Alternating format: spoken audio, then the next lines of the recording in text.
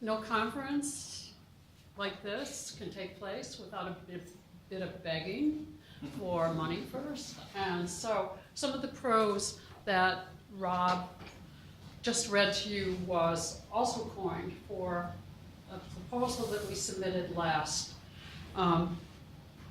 April, March.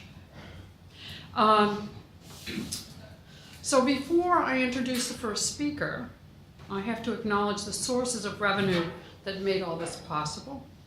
Thanks go first to the Office of the Dean of the College for awarding us a small grant. That's the title of the category in which we apply, a small grants category for this project, and to the Center of Interdisciplinary Studies in Science and Cultural Theory.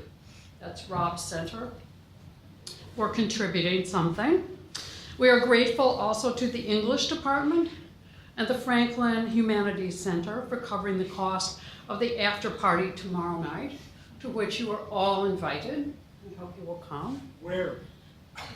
At your house. I didn't know that. 22, I'll give them your cell phone number. 2240 Cranford Road. We'll give you What time? 6. Are we in the heckling? No hecklers, I've had a trying morning, don't heckle me. Our able facilitators, Stefan Walschmidt and Davide Carosa, please raise your hands. Thank you, thank you, thank you. Made the arrangements for our guest speakers,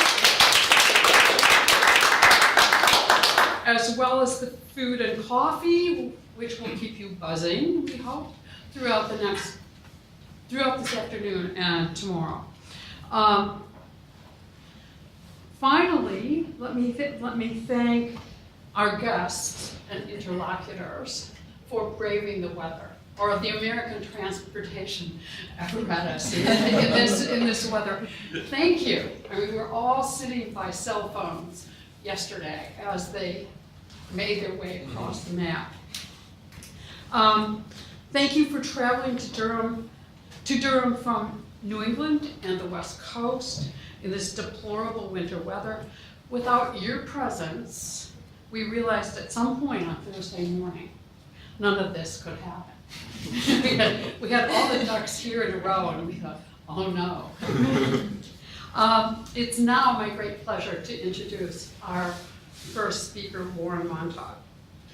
Rob and I organized this symposium for a number of reasons, but mainly so that we could talk with some ideal interlocutors about how novelists and men of letters made the modern world intelligible in biopolitical terms. My friendship with our first speaker coincides with my interest in this topic, and I think he's done a lot to twist my mind in this direction. Hugh. Should I apologize?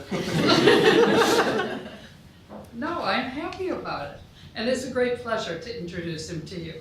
Warren Montauk is the Brown Family Professor of Literature at Occidental College. Known for his work on 17th and 18th century literature and philosophy, as well as critical theory, Montauk's recent publications include, this sounds sort of like, you know, when they were announcing the Academy Awards next year, of this envelope and I read off. The Other Adam Smith, with Mike Hill, Stanford University Press, 2014. Philosophy's Perpetual War, this is my personal favorite. Philosophy's Perpetual War, Althusser and His Contemporaries, Duke University Press, 2013. Plus books on Spinoza and Jonathan Swift, several edited volumes, and a recent translation of Etienne Balibar's Identity and Difference, John Locke, and the Invention of Consciousness. His paper this afternoon is called The Common is of No Use, that's in quotes, Property and Life in Locke's second treatise. Please welcome Warren.